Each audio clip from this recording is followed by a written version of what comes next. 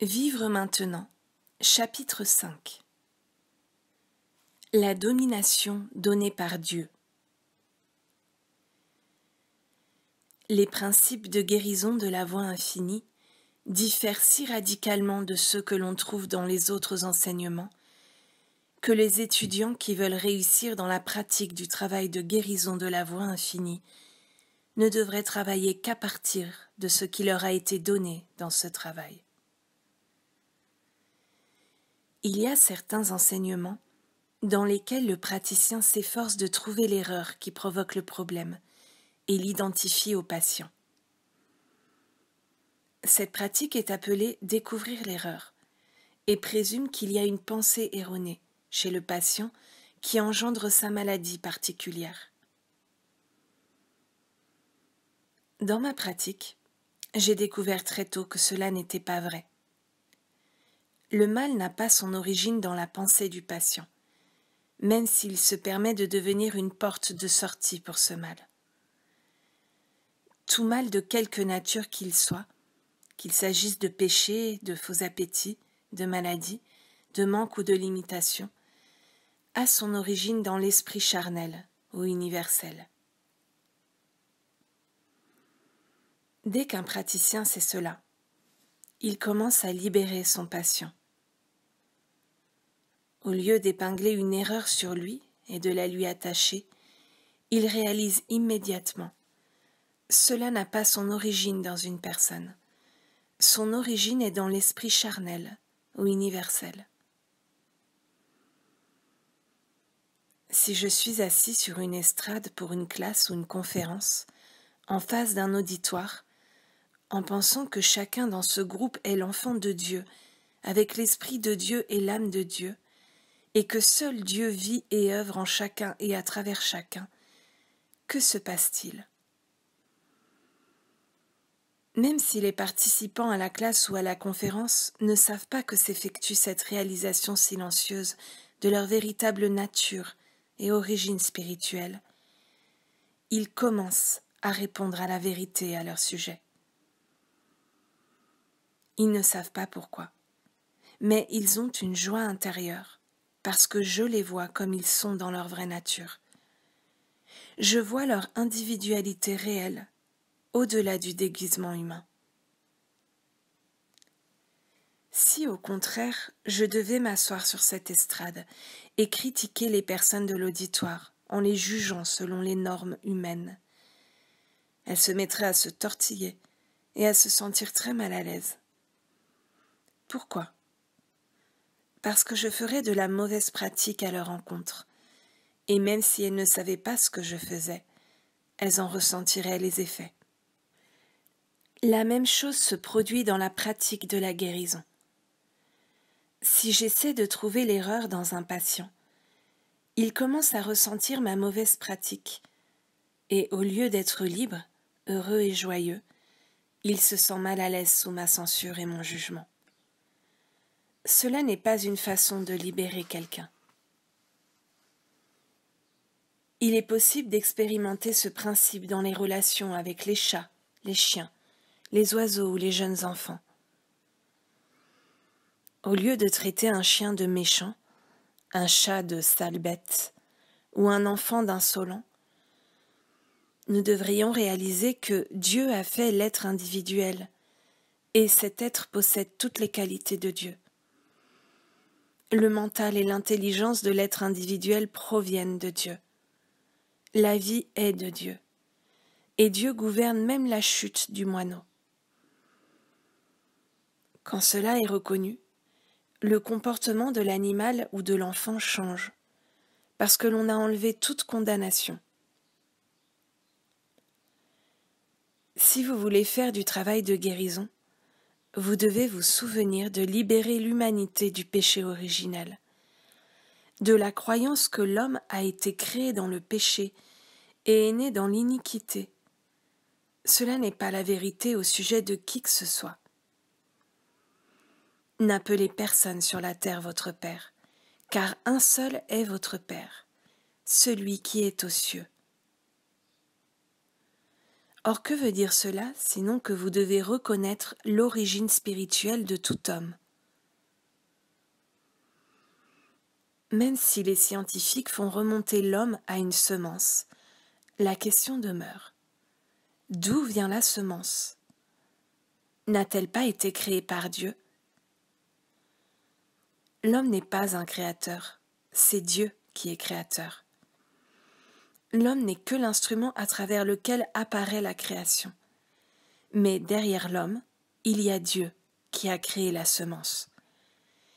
Tout ce qui est visible, tout ce qui est créé, est fait d'une substance qui est invisible.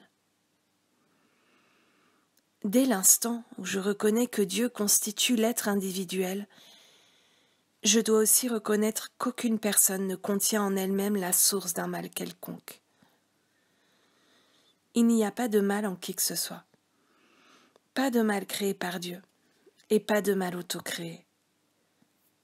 Tout mal qui se manifeste à travers une personne a son origine dans ce que l'on peut appeler, faute d'un meilleur nom, l'esprit charnel universel. Le mettre ainsi tout de suite au rebut le sépare de la personne et laisse celle-ci telle qu'elle était à l'origine, l'image et la ressemblance de Dieu. Dieu lui-même en expression, la vie s'exprimant elle-même en tant qu'être individuel. Il n'y a alors aucun mal en lui. Le seul mal qu'il y ait est le mal impersonnel inhérent à l'esprit charnel universel. Chaque fois qu'il y a une manifestation de rhume, de grippe ou d'autres maladies de ce genre, il y a la croyance que le temps, le climat ou les microbes en sont la cause. Mais ne voyez-vous pas que cette croyance n'a pas sa source dans la personne? La personne n'a pas engendré l'idée de rhume ou de grippe. Elle n'a pas engendré l'idée de microbes. Ceci est une sorte de croyance qui est dans l'atmosphère et que l'homme a récoltée à cause de son ignorance de la vérité. En travaillant avec de tels cas, cela ne servirait à rien de faire un traitement à une personne, parce que le praticien moyen pourrait avoir 100 appels venant de personnes ayant un rhume ou la grippe. Et il aurait beaucoup de mal s'il voulait donner un traitement à chacune d'elles tous les jours. Heureusement, cela n'est pas nécessaire, car il n'y a qu'un seul problème. Et ce problème n'a rien à voir avec une personne. C'est une croyance universelle dans le temps, l'infection, la contagion ou les microbes. Et quand on traite le problème de cette manière, s'il y a 100 personnes malades, 100 seront guéries, quand chacune d'elles se met en contact avec la conscience du praticien. Mais il n'y a eu qu'un seul traitement, parce qu'il n'y a qu'une seule croyance, une croyance universelle en un état d'être séparé de Dieu, et un pouvoir distinct de Dieu, ou en une présence autre que Dieu. Quand vous mettrez ce principe en pratique, et que vous vous prouverez définitivement à vous-même qu'un rhume, une grippe ou une pneumonie n'a pas pour cause la pensée erronée d'un individu, vous pourrez alors appliquer ce principe aux autres maladies, aux péchés et aux faux appétits. Dans chacun des cas, vous observerez que l'origine du problème n'est pas dans la personne et que vous ne pouvez pas découvrir l'erreur en elle parce qu'elle n'est pas là. L'erreur est dans une croyance universelle qu'il y a un homme mortel ou qu'il y a une condition ou une création séparée de Dieu. C'est une croyance universelle. Ce n'est pas votre croyance ou ma croyance. Dans la voie infinie, cette prise de conscience est appelée l'impersonnalisation. Et ce principe est de première importance dans la pratique de la guérison. Quel que soit le problème, des corps aux pieds au cancer, d'un porte-monnaie vide à une relation vide, ce n'est pas une personne, et ce n'est pas dans une personne. C'est une croyance universelle, en un état d'être et un pouvoir séparé de Dieu. Ce n'est pas la personne, car la personne est Dieu rendu visible. Elle est la vie en expression. Elle est l'esprit révélé. Elle est l'âme de Dieu incarnée. Le souffle même qu'elle respire est le souffle de Dieu. Elle est réellement l'individualité de Dieu. Il n'y a pas de mal en elle, et il n'y a pas de péché. N'était-ce pas au procès de Jésus que Pilate a dit « Je ne trouve aucun crime en lui ». Cela est exactement ce que nos praticiens doivent dire dans chaque cas. Je ne trouve pas d'erreur dans ce patient. Aucune erreur, aucun mal. Je trouve seulement qu'il est le Saint d'Israël, l'enfant de Dieu, la progéniture de l'Esprit, la vie même de Dieu en expression. Cela est impersonnaliser l'apparence. Après avoir impersonnalisé l'erreur, il y a un second pas appelé l'annihilation, qui constitue à la réduire à néant. Autrement dit, à réaliser que Dieu n'a pas créé la mauvaise condition. Tes yeux sont trop purs pour voir le mal, et tu ne peux pas voir l'iniquité. Car je ne désire pas la mort de celui qui meurt. Convertissez-vous donc et vivez. Le Maître a dit, « Car je suis descendu du ciel pour faire non ma volonté, mais la volonté de celui qui m'a envoyé. » La volonté du Père est que nous guérissions de la maladie, que nous soyons libérés du manque, que nos péchés nous soient pardonnés. Ces erreurs peuvent-elles donc être de Dieu? Et si elles ne sont pas de Dieu, peuvent-elles avoir une quelconque existence réelle? Dieu vit tout ce qu'il avait fait et vit que cela était très bon. Il n'a trouvé aucun mal dans sa création. Cela nous amène à quelque chose que vous savez déjà, mais que vous n'avez peut-être pas accepté comme un principe absolu. Peut-être avez-vous déclaré que Dieu est le seul pouvoir, mais vous avez accepté cette vérité comme un principe absolu, ou bien continuez-vous à accepter deux pouvoirs, un pouvoir de bien et un pouvoir de mal?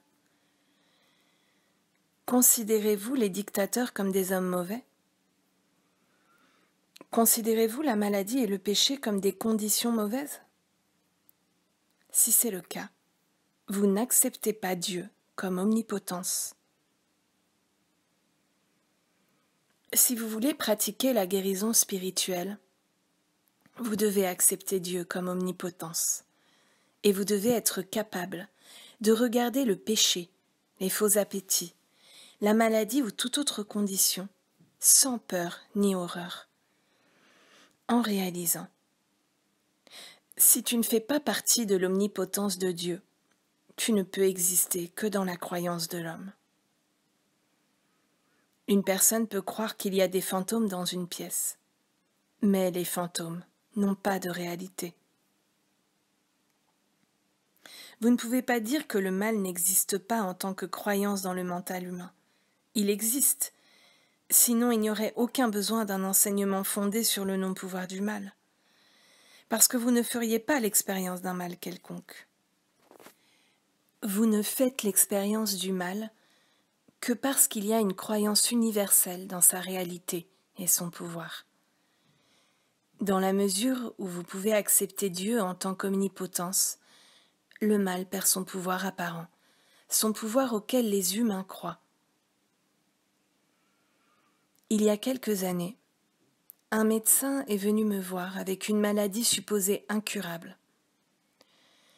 On ne peut pas très bien expliquer la nature irréelle de la maladie à un médecin, parce qu'il consacre sa vie à essayer de guérir la maladie.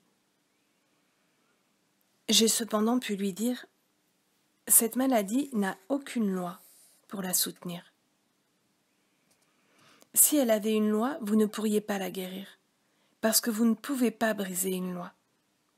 Vous ne pouvez pas briser la loi de 2 fois 2 font 4.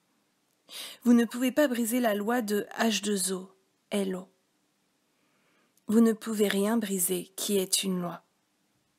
Donc, si une maladie avait une loi pour la soutenir, ce serait une maladie éternelle, car elle serait perpétuée par sa loi.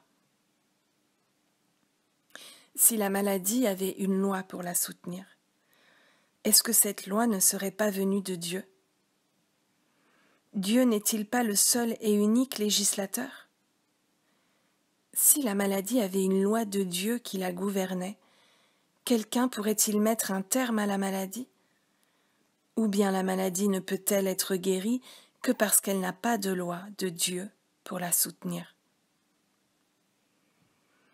Ce médecin, ayant pu accepter dans son esprit la vérité que si quoi que ce soit a une loi, il a l'immortalité. Il a eu une très belle guérison.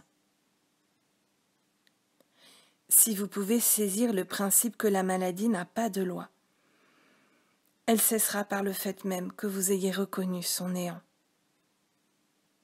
Si vous pouvez appréhender et vraiment comprendre cette vérité, l'apparence disparaîtra. Si vous pouvez reconnaître la vérité que Dieu n'est pas responsable de la maladie et de la mort, vous les détruirez toutes les deux. Ceci est la vérité qui vous libère. Chaque fois que vous réalisez la nature spirituelle d'une personne et la nature universelle des croyances humaines, vous aidez à la libérer de la maladie, du péché, de la peur ou de la pénurie. Ceux-ci proviennent tous de la croyance en le péché originel, tel qu'il est raconté dans la Bible, dans l'allégorie d'Adam et Ève. Ils mangèrent de l'arbre de la connaissance du bien et du mal, et ce fut leur acceptation de ces deux pouvoirs qui les fit sortir du jardin d'Éden. Depuis lors, nous mangeons, nous aussi, de cet arbre, nous maintenant ainsi hors du paradis.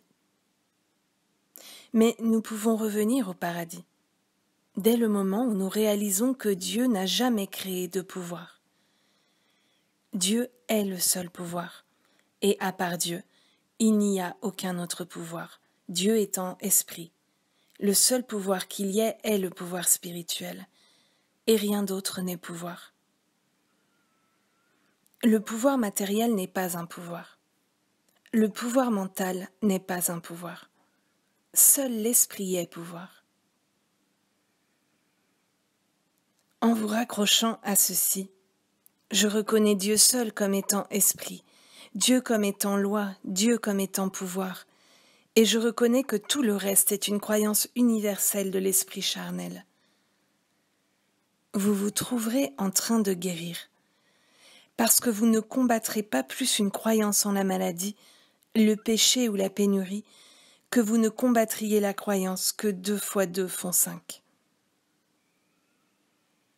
Une fois que vous avez reconnu et réalisé que le mal n'est pas personnel, qu'il n'a rien à voir avec la personne qui en souffre, sauf qu'elle l'a provisoirement accepté, et qu'il n'a pas son origine dans la personne et ne fait pas partie de sa nature, vous avez alors gagné une victoire sur l'erreur, quel que puisse être son nom ou sa nature.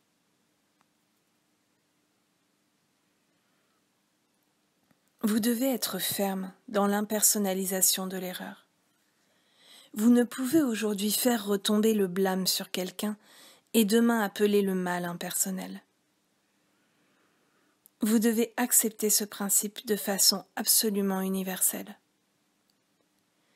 Au début, c'est difficile à faire, parce que vous avez peut-être l'impression que beaucoup de personnes sont à blâmer pour certains de vos problèmes. Je suis sûre que vous croyez tous que quelqu'un d'autre vous a causé des problèmes, alors qu'en réalité ce n'était pas le cas. La vérité de l'affaire est que le problème a surgi de votre acceptation de la croyance universelle, qui vous a fait voir l'autre personne comme étant moins que l'enfant de Dieu. par ce manquement, vous l'avez mal traité et cette mauvaise pratique vous est revenue. Il est littéralement vrai que vous ne devez appeler aucun homme sur la terre votre père, parce que vous avez une origine spirituelle. Vous êtes la manifestation spirituelle de l'Esprit divin, l'expression éternelle et immortelle de Dieu soi-même. Vous n'êtes pas physique, vous n'êtes pas mortel, vous n'êtes pas matériel, vous n'êtes en réalité pas même humain, vous êtes divin. La seule partie de vous qui semble encore être mortelle émane de la croyance qu'il y a deux pouvoirs. Quand vous acceptez un seul pouvoir, il est facile de comprendre pourquoi le Maître n'a pas réagi à l'apparence de maladie et de péché. Il les regarda simplement et dit « Je ne te condamne pas non plus. Aujourd'hui tu seras avec moi dans le paradis. » Autrement dit, quand vous vous tournez vers le Christ, en reconnaissant que le péché et la maladie n'ont pas leur origine dans une personne, et que celle-ci n'en est pas responsable, elle est absoute. Cela enlève le fardeau de la mauvaise pratique des épaules de votre patient, de votre étudiant et de votre prochain. Cela libère chacun du fardeau de la mauvaise pratique, même vos animaux familiers. Vous ne demandez pas à vos animaux familiers d'être spirituels, de lire tant de pages, de tant de livres, d'être plus aimants, plus généreux, plus aimables ou plus patients. Quand votre chat, votre chien ou votre oiseau souffre, vous reconnaissez la vérité que Dieu est la vie, le seul pouvoir et la seule présence. Vous savez qu'aucun de ces mots n'appartient au chat ou au chien, qu'ils appartiennent seulement à une croyance mortelle, universelle. Et ainsi vous le libérez. Vous devriez agir de la sorte envers votre patient. Enseigner est une chose tout à fait différente. Dans l'enseignement, les étudiants reçoivent des directives et sont conduits vers des livres et des passages dans des livres qui les amèneront vers davantage de lumière. Tous les écrits présentent aux étudiants des principes spécifiques à apprendre. Cela n'est pas fait pour qu'ils soient guéris. C'est pour qu'ils puissent apprendre les principes qui transforment la conscience d'une base matérielle à une base spirituelle. Lorsque quelqu'un vous demande de l'aide, votre réponse doit être ceci. Bien sûr, je vais vous aider tout de suite. Il n'est pas nécessaire de connaître la nature du problème ou le nom de la personne qui recherche la guérison. Personne ne m'a jamais dit le nom des chats et des chiens pour lesquels on m'a demandé de l'aide. Et pourtant, ils ont été guéris sans que je sache leur nom. J'ai appris que personne n'a besoin de me dire le nom du patient qui veut être guéri, parce qu'en ce qui me concerne, il est le même rejeton spirituel de Dieu que je le suis. Quelle différence cela fait-il qu'une fleur soit appelée une rose, une orchidée ou une violette? C'est toujours une fleur. Ainsi qu'un individu soit appelé Guillaume, Jacques ou Henri, il est toujours le rejeton spirituel de Dieu. Je ne transfère pas une vérité à son mental, et je ne lui communique aucune vérité. Je reconnais la vérité au-dedans de moi, et la seule vérité à son sujet, ou au sujet de n'importe quel lui qui soit, est la vérité au sujet de Dieu. Je n'ai pas à connaître spécifiquement la vérité au sujet de Marie Dupont ou de Jean Durand. Je réalise la vérité au sujet de Dieu. Je ne crois pas que Dieu sache les noms de ceux qui demandent de l'aide, plus que je ne les connais. Lorsqu'un problème vous est présenté, vous devez réaliser tout d'abord que non seulement cela n'est pas de l'homme, mais n'a aucune existence réelle. Ce problème existe seulement en tant qu'apparence illusoire. Regardez la différence entre une condition et une apparence illusoire. Une condition, vous la combattez. Une apparence illusoire, vous la congédiez. Si vous traitiez des conditions, il vous faudrait étudier pendant des années, être diplômé et appartenir à la médecine. Mais vous ne traitez pas des conditions. Vous ne traitez pas la maladie. Vous ne traitez pas des gens malades. Vous reconnaissez la vérité de l'identité de l'homme et de la nature illusoire de l'apparence, congédiant ainsi le problème. Vous devez cependant être vous-même fermement ancré dans ces principes. Vous ne pouvez pas osciller entre l'espoir maintenant, la foi le moment suivant et le doute un peu plus tard. C'est pour cette raison qu'il est toujours préférable de commencer la pratique de guérison avec les suggestions du monde les moins importantes et de construire une conscience du non-pouvoir d'une apparence, quelle qu'elle soit, bien que ceci ne soit pas nécessaire. Vous pouvez commencer avec n'importe quel problème qui touche votre conscience. Si vous avez appris à impersonnaliser et à réaliser instantanément que cela n'a rien à voir avec une personne. Cela est une croyance impersonnelle en deux pouvoirs. La croyance d'Adam, une erreur universelle. De cette manière, vous l'avez enlevée de votre patient et vous l'avez tout de suite placée à l'endroit auquel elle appartient, en tant que partie de la vaste illusion mentale. C'est une apparence illusoire, une fausse croyance de l'esprit charnel universel. Lorsque vous avez ainsi séparé l'erreur d'un individu, demandez-vous, est-elle de Dieu? Dieu a-t-il créé cela? Non, Dieu n'aurait pu la créer, parce que Dieu n'aurait jamais pu créer quoi que ce soit de destructif envers lui-même. Votre vie est la vie de Dieu.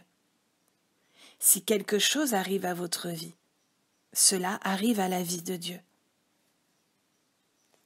Il est certain que Dieu, qui est sagesse infinie et amour divin, n'a pas prévu quoi que ce soit pour détruire sa propre vie, et sa vie est la seule vie que vous n'aurez jamais.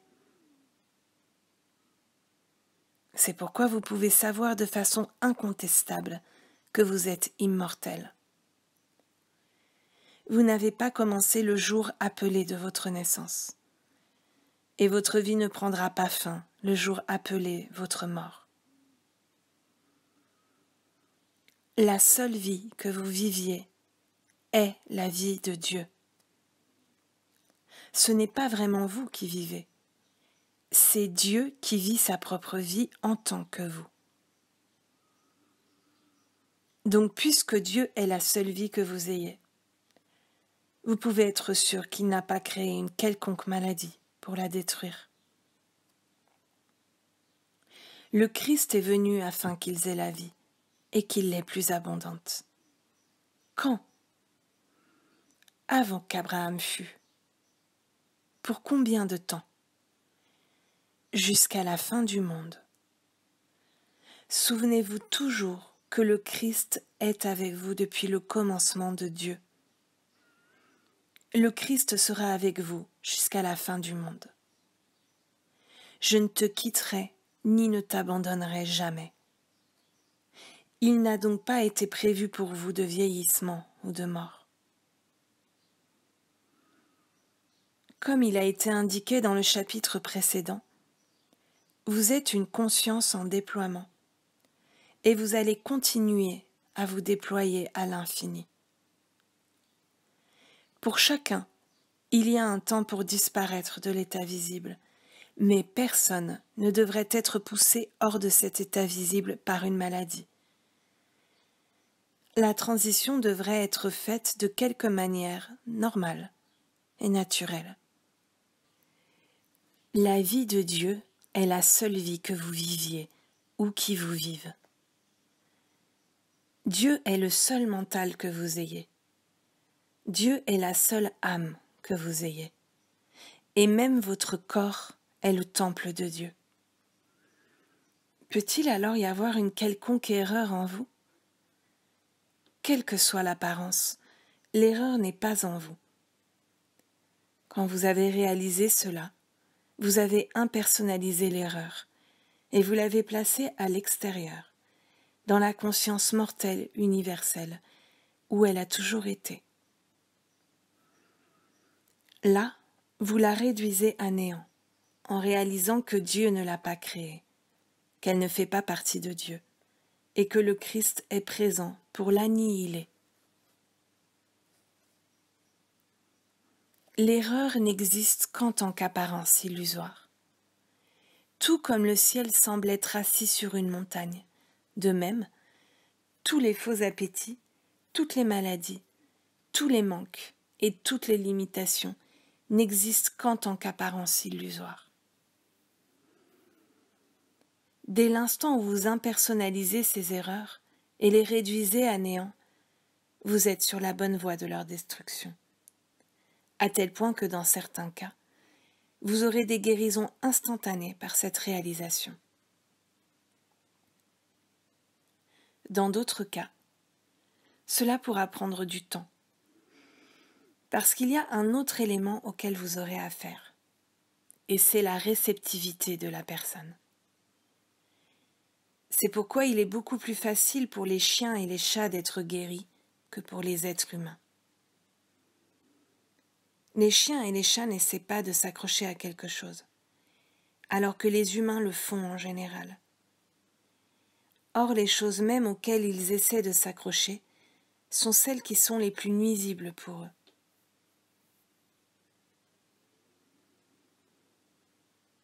En tant qu'être humain, nous trouvons nos ressources dans l'argent et notre santé dans le corps. Si nos fonctions d'assimilation et d'élimination se déroulent d'une façon considérée comme normale, nous nous croyons alors en bonne santé. Nous croyons que la vie dépend de la respiration et du fonctionnement du cœur, et que l'intelligence est associée au cerveau. Mais dans la voie infinie, nous faisons une transition pour passer de ce sens matériel de la vie au sens spirituel. Notre travail de guérison n'est donc jamais une tentative de corriger ce qui ne marche pas dans le corps, le mental ou le porte-monnaie. Nous ne pouvons pas résoudre un problème au niveau du problème. Si nous tentions de faire quelque chose au sujet d'une condition inharmonieuse, nous ne réussirions pas. Nous devons d'abord nous éloigner de la sphère du problème, avant que l'harmonie ne puisse se révéler. Nous trouvons notre harmonie dans l'esprit, dans la conscience. Puisque Dieu est conscience, et puisque Dieu est source de tout bien, nous trouvons notre santé en Dieu, ou dans la conscience. Même les prophètes de l'Ancien Testament savaient que Dieu est la santé de notre corps. La santé et les ressources doivent être trouvées, non dans le corps et dans le porte-monnaie, mais dans la conscience. C'est alors que le corps exprime la santé, et le porte-monnaie l'abondance. Même notre longévité doit être trouvée dans la conscience. Si nous essayons de nous perpétuer en rafistolant le corps, les résultats seront provisoires. Médicalement, il est possible de changer la maladie en santé. Et si c'est là tout ce qu'une personne recherche, elle peut le trouver dans la médecine, parce qu'aujourd'hui il n'y a pas beaucoup de maladies incurables. Mais si nous recherchons un principe de vie par lequel nous espérons trouver notre immortalité dans la plénitude de notre être, nous devons alors quitter le domaine du mental et du corps et trouver notre bien dans la conscience. le domaine de la conscience étant cependant invisible, aucune preuve ou aucun signe que cela est vrai ne peut être donné à l'avance.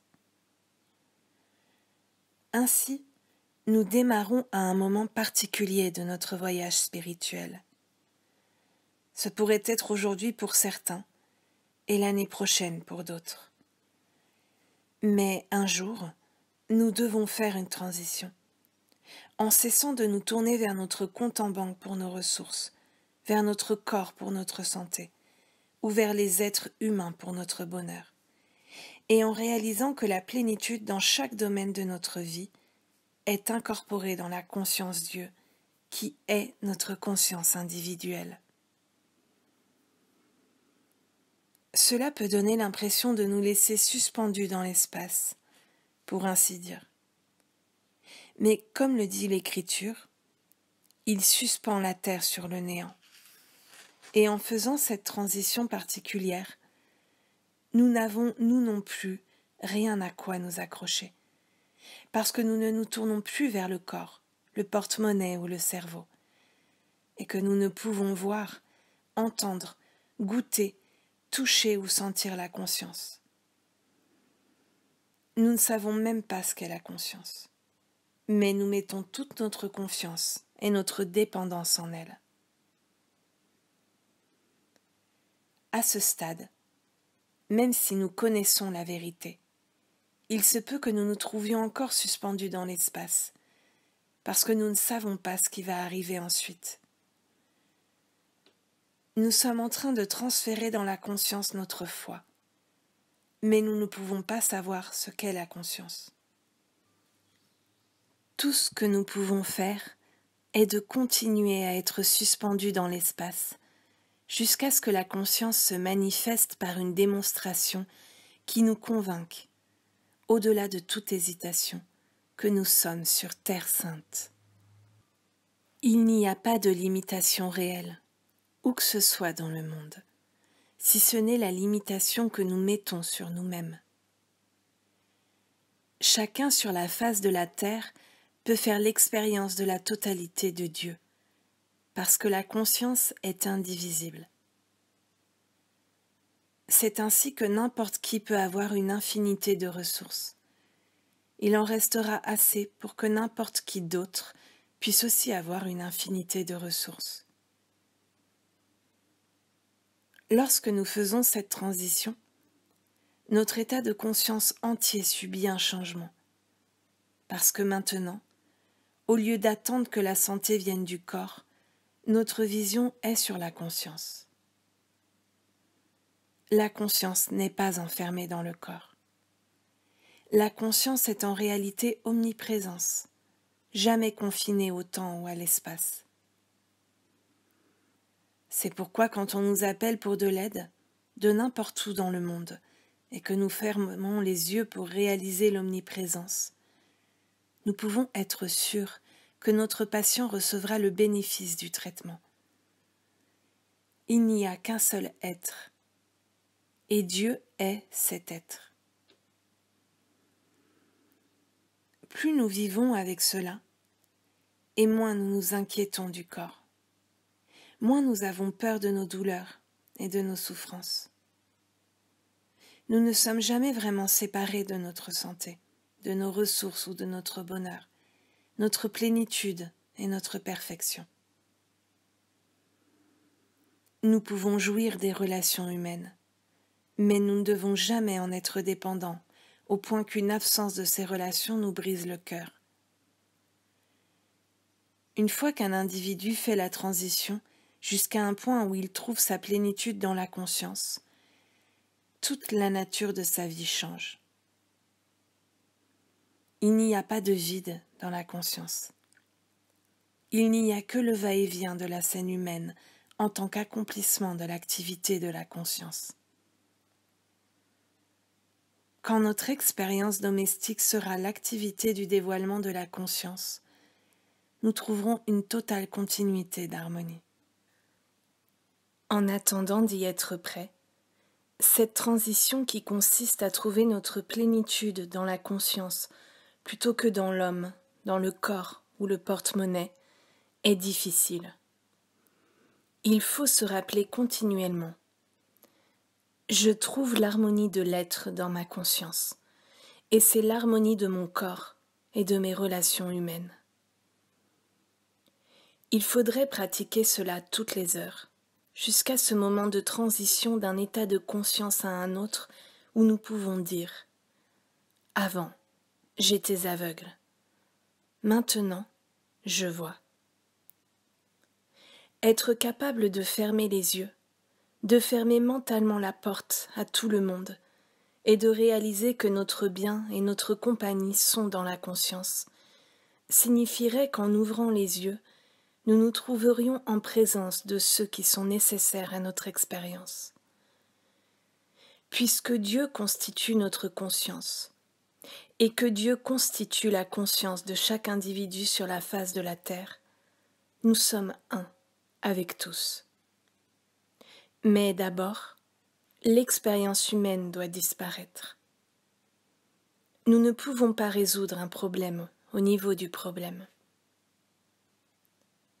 Trouver notre bien dans la conscience que nous sommes serait amener un tel changement dans la conscience individuelle que petit à petit, après un certain laps de temps, nous nous trouverions dans une conscience entièrement nouvelle et nous verrions notre vie transformée et élevée. Tout ce que Dieu est, je le suis.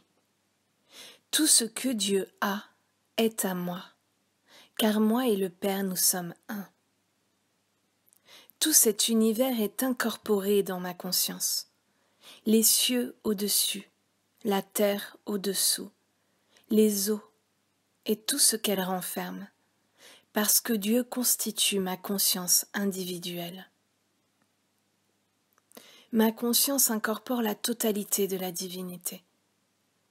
Ma conscience est la loi de ma santé et de mes ressources. Ma conscience incorpore chaque activité d'intelligence, de conseil et de direction. La totalité infinie de Dieu est à moi. Dans mon unicité avec Dieu, je suis tout. Cette réalisation d'unicité est notre assurance de plénitude et de perfection, et elle agit en brisant les liens humains de dépendance vis-à-vis d'une personne, d'un lieu ou d'une chose. Dans les expériences successives, nous transférons notre fidélité ou notre foi de l'effet à la cause. Nous brisons notre dépendance vis-à-vis de l'homme dont le souffle est dans ses narines. Avec chaque apparence de discorde, nous élevons immédiatement notre pensée en méditation. Je trouve mon unicité dans la conscience qui est la cause, pas dans la matière ou l'effet. Je me tourne vers la cause pour ma paix, ma plénitude, ma satisfaction et ma joie, et celles-ci deviennent manifestes sous forme tangible. Chaque jour, nous prenons la décision de vivre dans la conscience, de trouver notre santé et nos ressources dans la conscience, et seulement dans la conscience. Après cela, nous laissons cette décision de côté, mais un peu plus tard dans la journée, nous nous remémorons que nous recherchons notre bien dans la conscience omniprésente. En persistant ainsi, nous nous approchons du jour où la transition va s'opérer dans la conscience. Il n'y aura plus alors d'énoncé ou de déclaration. Cela sera simplement vécu. On ne peut expliquer cela à qui que ce soit. Et en outre, nous n'avons pas le droit d'essayer de l'expliquer. Ceci est une expérience à vivre, mais dont il ne faut jamais parler, parce que l'esprit humain ne pourrait jamais comprendre ce que nous voulons dire par une transition de conscience.